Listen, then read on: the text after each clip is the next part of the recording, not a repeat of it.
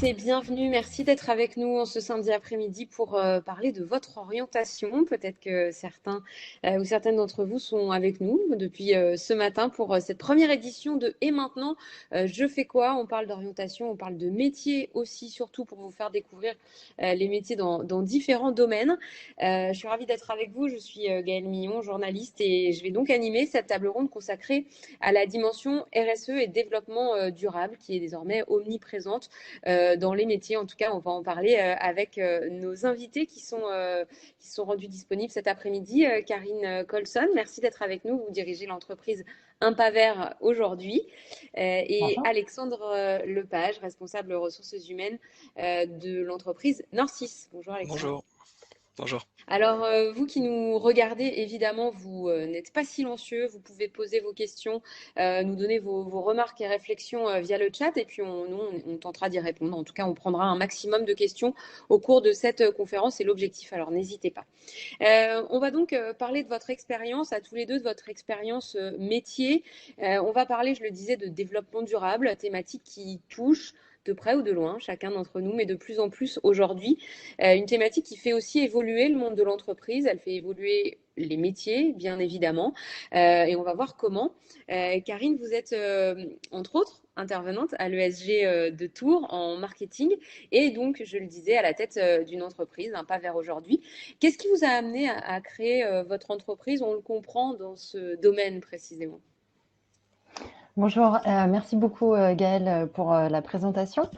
Alors moi j'ai créé mon entreprise Un Pas Vers aujourd'hui il y a maintenant un peu plus d'une année.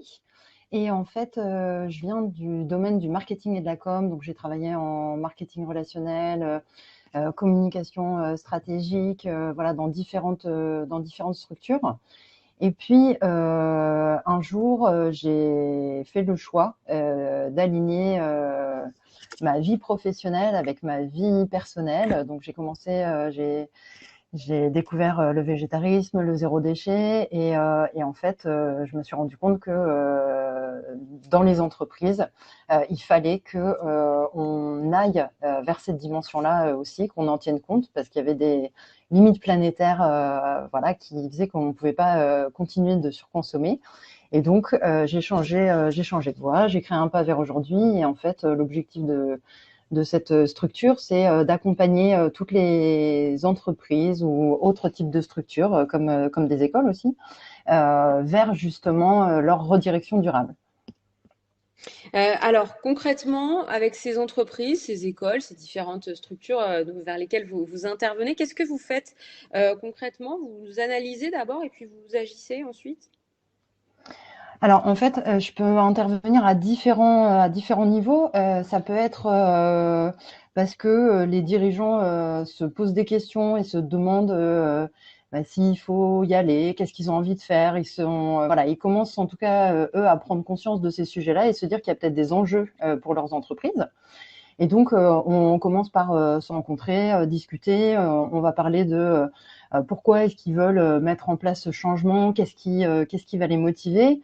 On va réaliser un diagnostic au sein de l'entreprise pour voir comment est-ce qu'ils travaillent aujourd'hui, quels sont par exemple les postes d'émission de carbone, comment ça se passe au niveau de la gestion RH de l'entreprise, quelle est leur implication au niveau environnemental. Donc, on va regarder en fait différents sujets très transverses au sein de l'entreprise.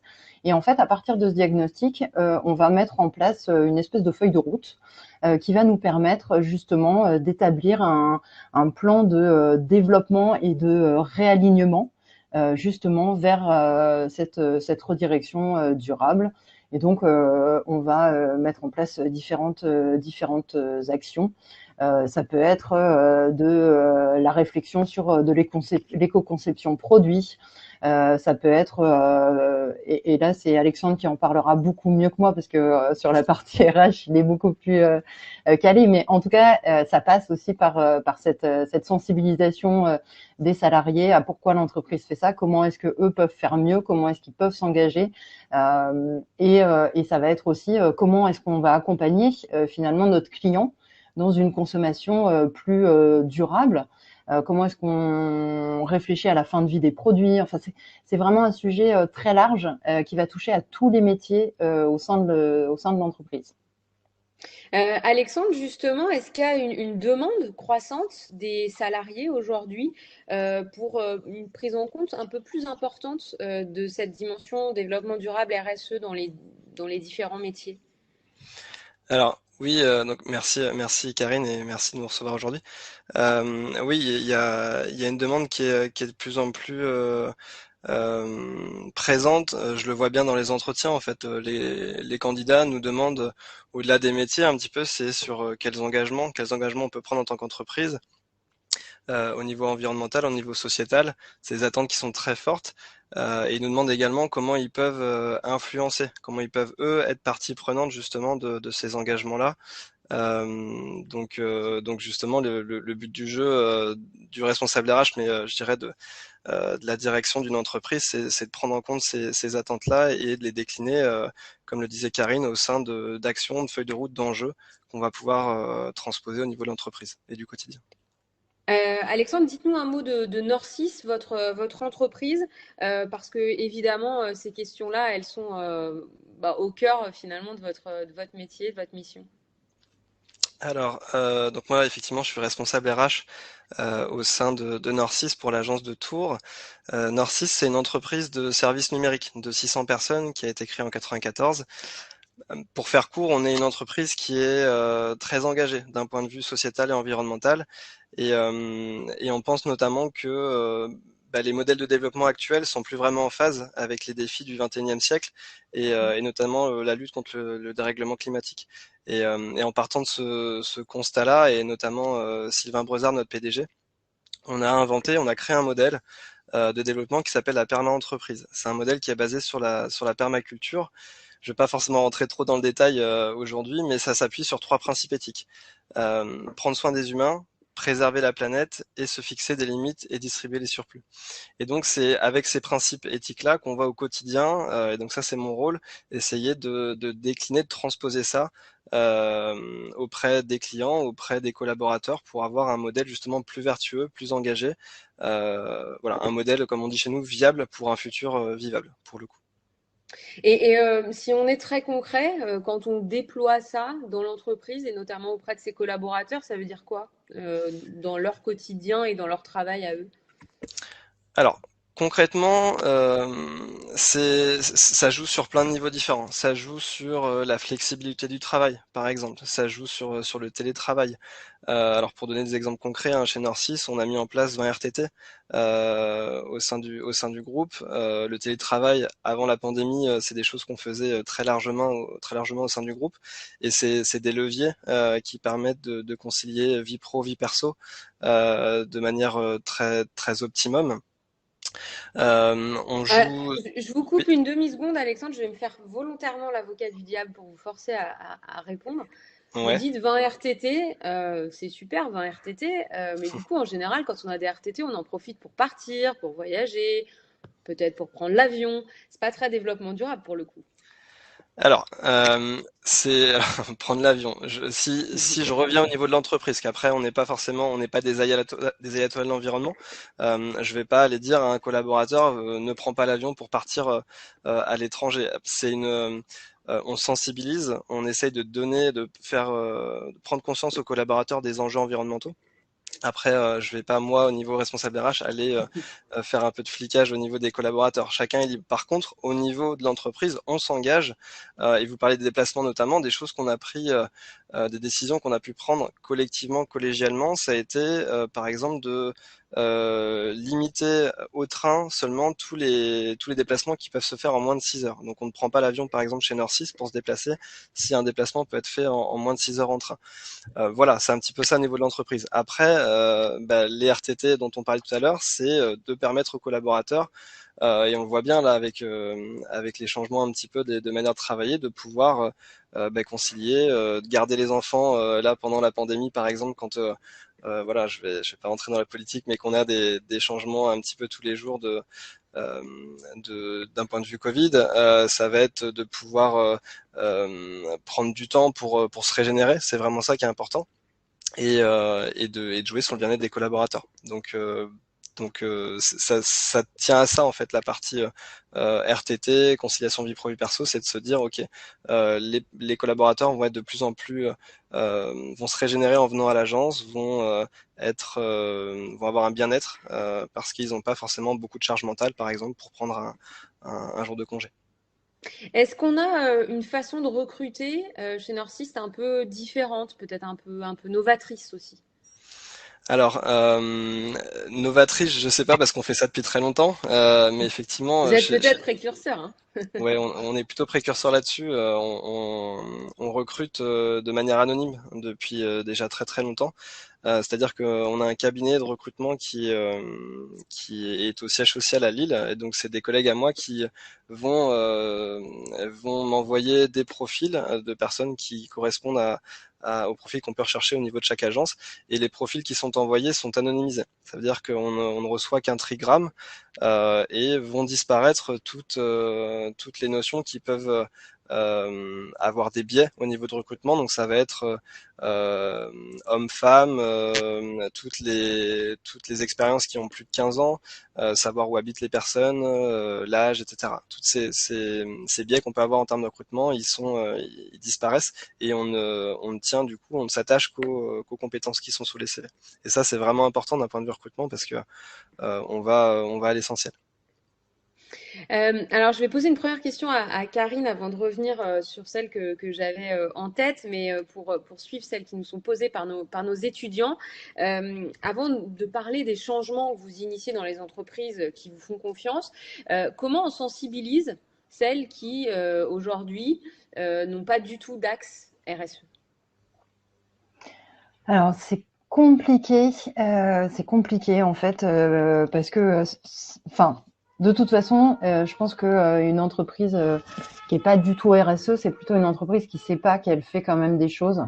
Parce que globalement, à partir du moment où il y a du télétravail qui est mis en place, par exemple, on peut imaginer qu'effectivement, comme disait Alexandre, il y a une amélioration de la vie pro, vie perso. En fait, il y a pas mal de choses que les entreprises font sans vraiment le savoir. Et du coup, après, c'est surtout de réussir à leur montrer tout ce que ça va leur permettre, tout ce que ça va apporter, que ce soit au niveau encore RH, par exemple, parce qu'on s'est rendu compte que voilà, l'engagement du salarié était beaucoup plus important quand il y avait une politique RSE qui était mise en place. Il y avait aussi une rentabilité qui était plus importante parce que finalement, quand on réfléchit à l'éco-conception, du coup, on va optimiser la conception du produit, donc on va optimiser les coûts aussi. En fait, il y a plein d'avantages qui existent à mettre en place une politique RSE et ça va être de réussir à déceler ce qui va réussir à parler en fait aux chefs d'entreprise, aux RH, voilà, qui va s'adresser à nous en disant non mais nous ça nous intéresse pas. Eh bien, ça va être de dire, OK, mais qu'est-ce que vous faites aujourd'hui? Pourquoi est-ce que ça vous intéresse pas? Ah, mais vous savez que par rapport à votre domaine d'activité, vous avez un réel enjeu là-dessus. Donc, il faut avoir une connaissance des entreprises qu'on va prospecter, si par exemple c'est dans le cadre d'une prospection, et d'avoir bien identifié les enjeux. Parce que par exemple, je sais pas moi, en téléphonie, il y a un vrai enjeu par rapport aux matières premières. Voilà, sur les métaux rares, sur le coût. Et donc, ça va être de leur dire, ben oui, mais peut-être que si vous réfléchissiez mieux au système de recyclage en disant quel est le type d'offre qu'on va pouvoir mettre en place pour que les personnes rapportent leur téléphone ou comment on va faire pour qu'ils les utilisent plus longtemps. Enfin, il y a facilement en fait des leviers qu'on peut réussir à trouver pour les inviter à être dans cette démarche-là. Et moi, je sais qu'il y a quelque chose que j'utilise beaucoup, c'est de prendre quelqu'un, une autre entreprise dans le même domaine qui a mis en place une politique RSE et qui témoigne en disant nous, ça a tout changé du tout au tout parce qu'ils sont dans le concret, ils ont des exemples concrets et ils voient que c'est quelque chose qui fonctionne. Ils ont vraiment un retour d'expérience hyper positif. Vous pouvez nous en donner un ou deux d'exemples concrets de ces changements que vous initiez avec les entreprises que vous accompagnez? On a beaucoup parlé d'RH, mais ça ne s'arrête pas là. Vous vous adressez aussi aux clients de ces entreprises. Oui, oui. Bah, par exemple, là, je suis en train de travailler avec un brasseur et il y a des vrais enjeux au niveau environnementaux parce que si par exemple on n'est pas dans de l'agriculture bio, du coup il y a un appauvrissement des sols.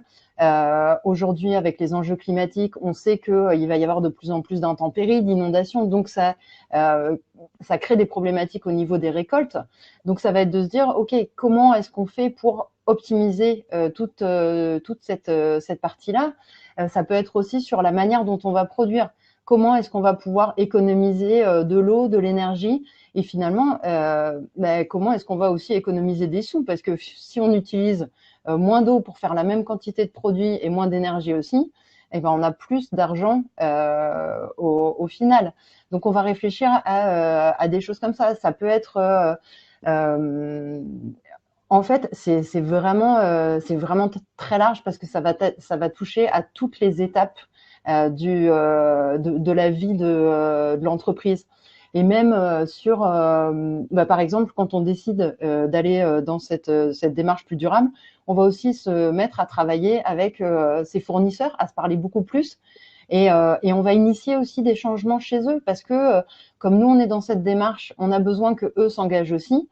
Et donc, ils vont bénéficier. En fait, il y a vraiment cet effet de rayonnement à partir du moment où on entame cette démarche.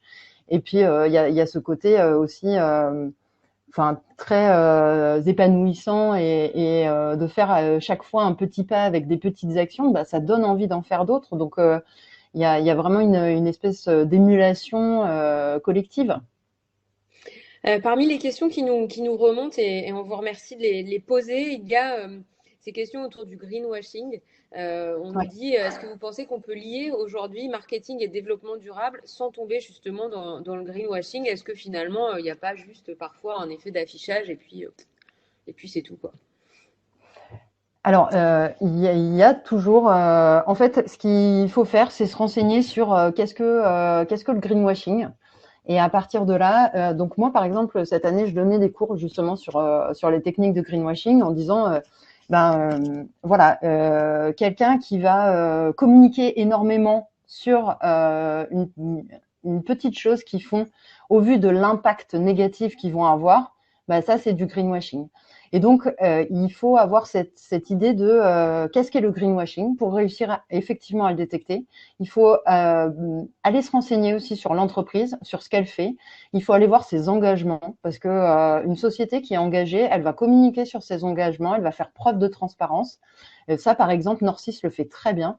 Ils ont toute une partie où ils vont même jusqu'à communiquer leurs données financières, leurs données RH. Donc voilà, les entreprises qui n'ont rien à se reprocher ont plutôt tendance à être transparentes parce que ça fait partie du jeu et qu'elles ont envie que les gens viennent les voir et choisissent leurs produits en toute conscience.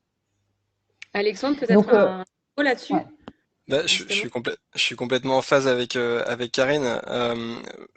La RSE, nous, on se dit souvent que il y a des entreprises qui affichent des valeurs, des engagements, ça se mesure. Et c'est vraiment c'est ce que disait Karine. Alors je sais plus je vais pas dire une bêtise, mais il y a beaucoup justement d'entreprises qui s'affichent certifiées telle certification et qui n'engage pas de vraies actions concrètes. Et c'est ça qui est intéressant dans ce que peut faire Norcis ou dans, par exemple, l'accompagnement des différents cabinets ou comme peut le faire Karine, c'est qu'on est sur des entreprises qui prennent des engagements et du coup qui vont avoir des actions concrètes.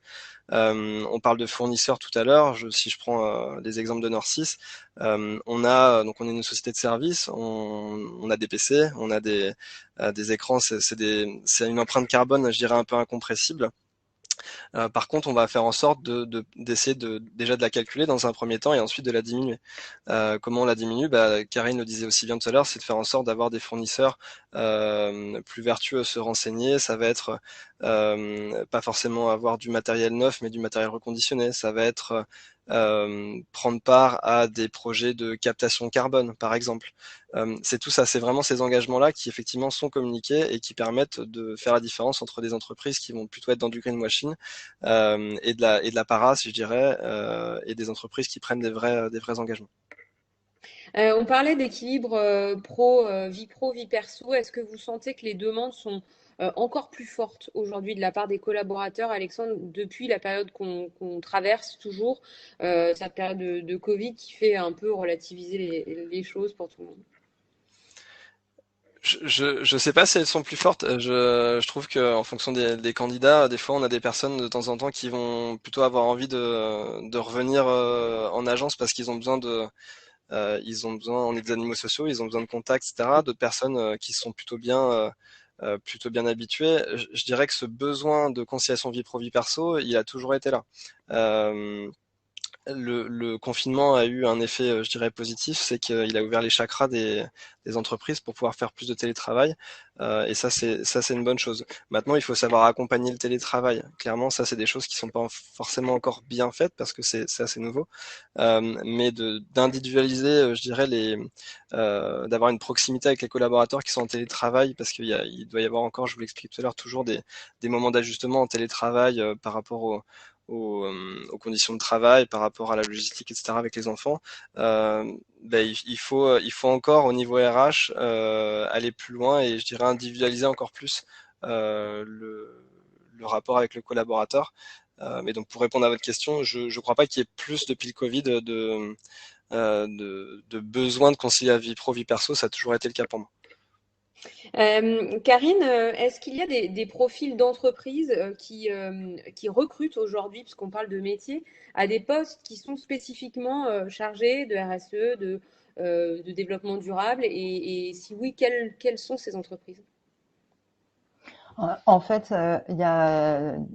Alors, moi, j'aurais tendance à dire que ce serait plutôt des PME et des grandes entreprises qui vont recruter parce que il y a par exemple un baromètre RSE là qui est sorti fin 2021, fin 2021, je crois, qui disait que de toute façon, ils ont questionné des entreprises et ils ont communiqué les résultats par taille d'entreprise. Globalement, dans les TPE, ils sont généralement déjà tous très occupés avec leurs métiers respectifs et c'est souvent un peu compliqué à mettre en place. Alors heureusement, il y a des solutions qui existent, hein. Par exemple, les CCI vont accompagner ces petites structures parce que justement, ils n'ont pas forcément la capacité de recruter quelqu'un à temps plein et ils n'ont pas forcément le temps dédié pour que une personne ajoute ça à son temps de travail et n'a pas forcément les compétences non plus. Il y a la Chambre des métiers et d'artisanat qui propose aussi ce type d'aide. Après, à partir du moment où l'entreprise commence à être un peu plus grande, généralement, on va avoir tendance effectivement à recruter. Et les équipes peuvent faire globalement entre une à 10 personnes à peu près par équipe, en sachant que ces postes plutôt RSE, justement, sont des postes très transverses. La personne ne travaille pas du tout toute seule. Elle va aller travailler avec la RH, elle va aller travailler avec le service marketing, elle va aller travailler avec la prod. Elle va vraiment devoir réussir à communiquer avec tout le monde pour bien prendre en compte les enjeux et les accompagner dans cette transformation. Donc j'aurais tendance à dire voilà plutôt les PME, mais en tout cas là tout ce qui est métier vert et verdissant, il y a plus d'1 million d'emplois qui va être créé d'ici 2030. Donc il y a une vraie demande en tout cas du marché par rapport à ça. Donc des métiers en création, des métiers à venir. Est-ce qu'on a pour nos étudiants qui nous écoutent les formations en face pour ce genre de métier ou est-ce que c'est encore un peu à développer également? Alexandre, est-ce que quand vous recrutez, vous avez des profils déjà 100% développement durable ou vous formez vous aussi? Alors, on a de plus en plus de personnes qui sont soit effectivement formées au sein des écoles, mais je pense que c'est pas encore assez le cas. Et on a des gens surtout qui sont qui ont une appétence pour ces sujets-là, cette sensibilité, et qui sont formés un petit peu à leur niveau. Nous, et c'est un enjeu et c'est une responsabilité de l'entreprise, c'est de créer justement ces nouveaux métiers de demain et d'accompagner les collaborateurs. Donc, pour revenir là-dessus, on a créé, nous, chez Norcis, des écoles de formation qui ont pour but justement de donner tous les outils aux collaborateurs pour faire leur métier au mieux et de la manière la plus pertinente possible. Et par rapport à ces métiers justement verts, et on parlait d'éco-conception tout à l'heure avec Karine, on a par exemple créé un nouveau métier chez Norcis qui s'appelle l'écolonomiste. C'est lié à l'éco-conception. Alors c'est un peu technique, mais en gros, quand vous avez une application ou un logiciel, on essaye de faire en sorte qu'elle soit la moins gourmande possible, la moins énergivore possible. On sait tous que 4% des émissions à effet de serre proviennent du numérique aujourd'hui et que ça va doubler d'ici 2025. Et donc, ce qu'on essaye de faire au sein de Norcis et au sein des clients, c'est de proposer des prestations pour que, d'un point de vue conception, fonctionnalité, d'un point de vue technique, on ait des logiciels, des applications qui sont les moins gourmandes possibles en termes d'applicatifs, en termes de technologie, en termes de maintenabilité. Parce que un logiciel qui est pas forcément gourmand, ça requiert pas un matériel dernier cri, par exemple. Donc ça, c'est vraiment des métiers qu'on est en train de créer au sein de Norcis et pour lesquels justement on a aussi les formations qui sont associées. Vous enseignez, Karine, vous, est-ce que finalement ces modules de formation, ils existent dans les différentes écoles où vous intervenez? Alors, en fait, c'est un peu compliqué parce que il y a des écoles qui sont vraiment spécialisées dans le développement durable et qui vont préparer justement ces étudiants vers ces nouveaux métiers ou alors vraiment des métiers verts qui sont directement liés à l'eau, l'énergie, voilà. Euh, et puis, on va avoir des écoles qui proposent plutôt des masters en management qui vont devenir, comme par exemple l'école de Grenoble, qui est devenue école à mission, donc qui a intégré une mission au sein de ses statuts pour s'engager pour ses étudiants, pour limiter son impact. Il y a des écoles qui sont bien conscientes de ces enjeux et qui vont vers un label. Par exemple, le label développement durable et responsabilité sociale qui est proposé et qui est accessible pour toutes les écoles de l'enseignement supérieur. Et il y a des écoles qui commencent à faire des choses, qui commencent à s'engager et ça va être des petites actions au début parce que c'est compliqué en fait de transformer toute une école parce qu'il faut se poser la question de qu'est-ce qu'on fait. Est-ce qu'on propose par exemple une formation initiale accessible à tout le monde en première année? Est-ce qu'on va proposer des spécialités, par exemple, je sais pas moi, un master marketing digital et on va rajouter des modules sur le numérique responsable, sur le marketing responsable, voilà, qu'est-ce qu'on fait? Donc, les écoles, en tout cas, elles sont conscientes des enjeux. Aujourd'hui, il y a un baromètre qui a été fait pour un réveil écologique et qui dit que globalement, il y a 15% des écoles qui se déclarent prêtes à former tous leurs étudiants justement aux enjeux sociétaux et environnementaux. En tout cas, j'ai l'impression que c'est dans l'esprit de toutes les écoles. Les étudiants ont une capacité en fait à mettre des choses en mouvement. Ils sont capables en fait de transformer leur cursus. Ils ont la possibilité de demander à leurs écoles de s'investir et ça peut être des choses. Par exemple, nous à l'ESG Tour. D'ailleurs, dans toutes les ESG, en fait, tous les ans, il y a une Sharing Week qui est organisée, qui est une semaine de découverte pour que les étudiants, alors moi j'appelle ça ouvrir un peu ses chakras, en tout cas regarder ce qui se passe dans le monde et découvrir d'autres choses que tout ce qu'il y a dans leur cursus plutôt commerciaux ou marketing. Voilà. Et donc moi j'anime une semaine de sensibilisation qui s'appelle Act for Us. Pendant laquelle les étudiants vont faire une fresque du climat, ils vont calculer leur empreinte carbone, ils vont faire une clean walk, ils vont rencontrer des professionnels D'ailleurs, cette année, il y a Guillaume Mocard, le DG de Narcisse, qui intervient pour présenter le modèle de perma-entreprise et montrer que une entreprise peut avoir un modèle économique différent qui prend en compte l'humain, les limites planétaires et qui continue à être rentable et bénéficiaire. Enfin, voilà. Donc c'est vraiment, il y a des choses comme ça. Il y a aussi toujours à l'ESG, ils font des business challenges. Par exemple, cette année, ils ont fait intervenir Precious Plastic Val de Touraine, qui est une structure qui va recycler du plastique, le transformer en paillettes et permettre de faire des objets à partir de plastique recyclé. Donc, en tout cas, il y a des choses qui se passent et les étudiants ont cette capacité à dire OK, qu'est-ce que vous faites dans l'école qu'est-ce qu'on peut faire Comment on peut changer les lignes Donc, Une capacité à être moteur et à être demandeur complètement. pour faire accroître ce chiffre que vous donniez tout à l'heure de 15% seulement des Mm. écoles qui s'y mettent véritablement. Une question d'un étudiant qui nous est arrivé, qui peut faire un peu sourire, mais est-ce qu'on peut être éco-responsable et faire des études de commerce? Quel métier peut lier les deux? Alors, est-ce que d'un Alors, côté, on peut vendre et en même temps être éco-responsable? oui. Alors, en fait, si jamais vous vendez des produits qui sont made in France, éco-conçus et qui sont 100% recyclables, c'est toujours mieux que vous vendiez ce type de produit plutôt que des choses qui sont à usage unique et qui vont finir dans l'océan.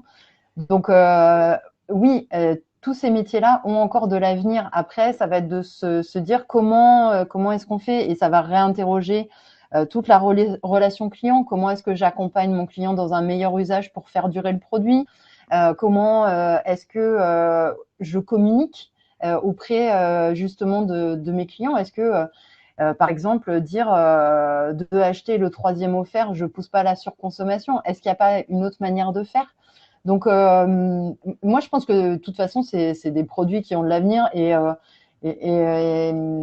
voilà, la question se pose pas. Après, ça va être de comment est-ce que je fais bien mon métier pour intégrer cette dimension durable et comment est-ce que je vais plutôt vers des entreprises engagées pour leur permettre d'avoir plus d'impact que ce qu'elles ont aujourd'hui. Un petit mot, Alexandre, peut-être notamment sur le profil des gens qui viennent taper à la porte de Narcisse.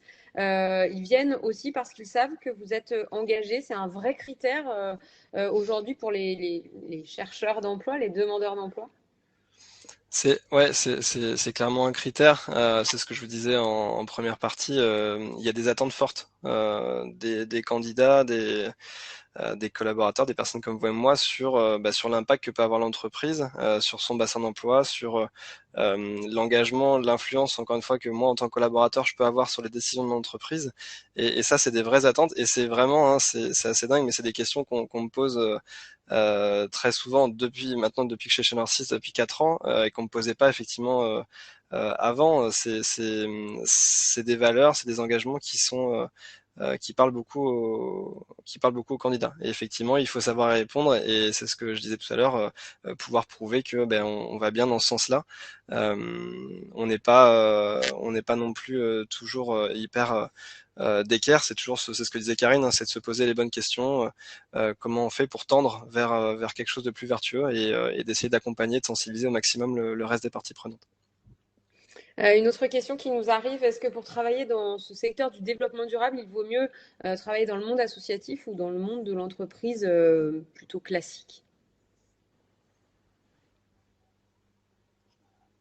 Alors, est-ce que Alexandre, tu veux donner ton avis? Moi, sinon J'en ai pas. J'ai pas d'avis là-dessus. Je pense que c'est des business models qui sont assez différents. Non, j'ai pas d'avis là-dessus. Nous, on bosse avec des associations, notamment avec la Fondation de Narcisse. Donc, je veux dire, c'est pas, il y a pas de clivage fort. On bosse beaucoup avec des assos, on bosse beaucoup avec des collectivités territoriales sur ces sujets-là. Donc, je pense que dans une entreprise qui est, encore une fois, amenée à travailler avec beaucoup de parties prenantes, dans tous les cas, on va être amené à bosser sur ces enjeux avec d'autres types de business models et de structures. Donc, ouais, pas d'avis, Il l'un ou l'autre. n'y a pas d'avis et il n'y a pas de bon chemin. On voit C'est des ça. entreprises très engagées, des associations aussi également. Tout à l'heure, on a parlé, Karine, et on arrive quasiment à la fin de cette conférence, de ces nouveaux métiers qui vont arriver grâce à toutes ces thématiques de développement durable de RSE. Est-ce que les métiers un peu plus classiques, métiers du marketing, métiers de la communication, métiers de la vente aussi, vont eux être obligés d'évoluer avec ces nouvelles tendances fortes? Oui, elles le sont déjà.